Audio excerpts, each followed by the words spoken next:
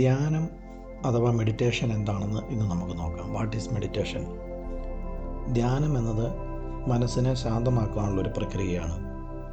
Meditation അഥവാ ധ്യാനം നമ്മുടെ ചിന്തകളെ നിയന്ത്രിച്ചുകൊണ്ട് ബുദ്ധിയുടെ മണ്ഡലത്തിൽ നിന്ന് മനസ്സിൻ്റെ മണ്ഡലത്തിലേക്ക് കൊണ്ടുവന്നുകൊണ്ടാണ് ഇത് പ്രാക്ടീസ് ചെയ്യുന്നത്. ശ്വാസത്തിൽ മാത്രം ശ്രദ്ധ കേന്ദ്രീകരിച്ചാണ് ഈ പ്രക്രിയ ചെയ്യുന്നത്. നിരന്തരമായ പരിശീലനത്തിൻ്റെ ഭാഗമായാണ് ഈ സാധന നമ്മൾ നേടിയെടുക്കുന്നത്. ഇത് നമ്മുടെ ആത്മീയ, മാനസിക, ശാരീരിക ആരോഗ്യത്തിന് വളരെ പ്രയോജനകരമാണ്. ധ്യാനം എല്ലാവർക്കും പ്രാക്ടീസ് ചെയ്യാവുന്ന ഒരു കാര്യമാണ്. ഇതിന് അങ്ങനെ പ്രായപരിധിയോ മതത്തിൻ്റേതായ പരിധികളോ ഒന്നും തന്നെയില്ല. ധ്യാനത്തിന് ഒരുപാട് പഴക്കം കൂടിയ ഒരു പുരാതന ഭാരതത്തിൽ ഉണ്ടായ ചില മതങ്ങളിൽ നിന്നും ഉണ്ടായി വന്നതാണ്. അതായത് ബുദ്ധൻ, മഹർഷിമാർ, യോഗികൾ എന്നിവർ ധ്യാനത്തിൻ്റെ പ്രാധാന്യം എടുത്തു കാണിച്ചിട്ടുണ്ട്.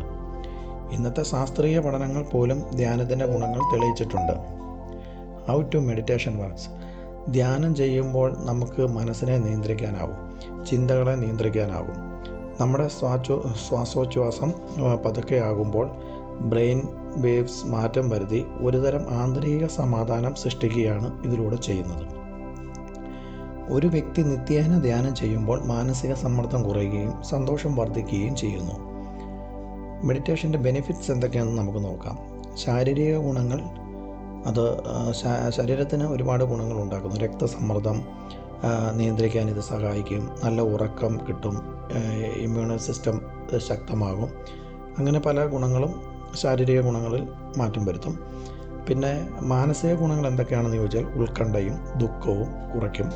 ബുദ്ധിശക്തിയും ഏകാഗ്രതയും വർദ്ധിപ്പിക്കും. ആത്മീയ ഗുണങ്ങൾ എന്തൊക്കെയാണെന്ന് ചോദിച്ചാൽ ആത്മജ്ഞാനം വർദ്ധിപ്പിക്കുന്നു.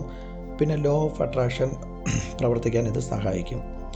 How to start meditation. എങ്ങനെയാണ് നമ്മൾ മെഡിറ്റേഷൻ സ്റ്റാർട്ട് ചെയ്യേണ്ടത്? മൗനമായി ഒരു സ്ഥലത്തിരിക്കുക. മനസ്സിനെയും ശരീരത്തെയും ശാന്തമാക്കുക. ശരീരം ബലം പ്രയോഗിക്കാതെ ഒരു തളർന്ന അവസ്ഥയിലേക്ക് നമ്മൾ ശരീരത്തെ വിടാം.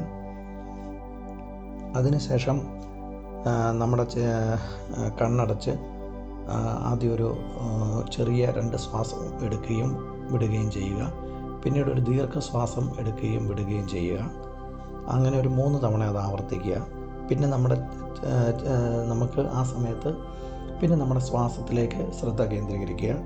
നമ്മുടെ ചിന്തകളെ തടയാനൊന്നും നമ്മൾ ശ്രമിക്കേണ്ട. അത് സ്വാഭാവികമായിട്ടും വന്നുകൊണ്ടിരിക്കുന്നതാണ്. അതങ്ങനെ വന്നു പോട്ടെ.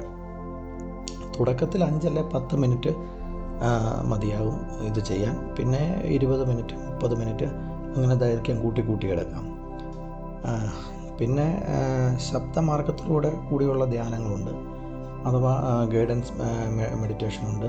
പിന്നെ മന്ത്ര മെഡിറ്റേഷൻ, അങ്ങനെ പല കാര്യങ്ങളുണ്ട്. അതൊക്കെ ഉപയോഗിച്ച് നമുക്ക് ധ്യാനം പരിശീലിച്ചെടുക്കാം. What to expect in meditation. ആദ്യ ദിവസം തന്നെ നമുക്ക് വലിയ മാറ്റങ്ങളൊന്നും നമ്മൾ പ്രതീക്ഷിക്കേണ്ട. അത് കുറച്ച് ദിവസങ്ങളോ ആഴ്ചകളോ കഴിയുമ്പോഴാണ് അതിൻ്റെ മാറ്റങ്ങൾ കണ്ടു തുടങ്ങുന്നത്. ചിലപ്പോൾ അനാവശ്യമായ ചിന്തകൾ നമ്മളുടെ മനസ്സിലേക്ക് കയറി വരും.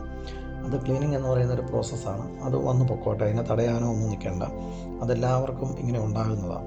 ആദ്യം അതുണ്ടായി പോകും. പിന്നീടാണ് നമ്മൾ ശ്വാസത്തിൽ കേന്ദ്രീകരിച്ച് ഈ ധ്യാനമുറകൾ ചെയ്തു പോകുന്നത്. എല്ലാ ദിവസവും ഇത് സ്ഥിരമായിട്ട് ചെയ്യാൻ പ്രത്യേകം ശ്രദ്ധിക്കണം. രാവിലെയും അല്ലെങ്കിൽ വൈകുന്നേരം. രാവിലെയും വൈകുന്നേരം ചെയ്താലും കുഴപ്പമൊന്നുമില്ല, നല്ലതാണ്. പിന്നെ ധ്യാനം ജീവിതത്തിൽ നമ്മുടെ ജീവിതത്തിൽ നമ്മൾ ഉൾപ്പെടുത്തുക. അത് ജീവിതത്തിൻ്റെ ഒരു ഭാഗമാക്കി മാറ്റുക.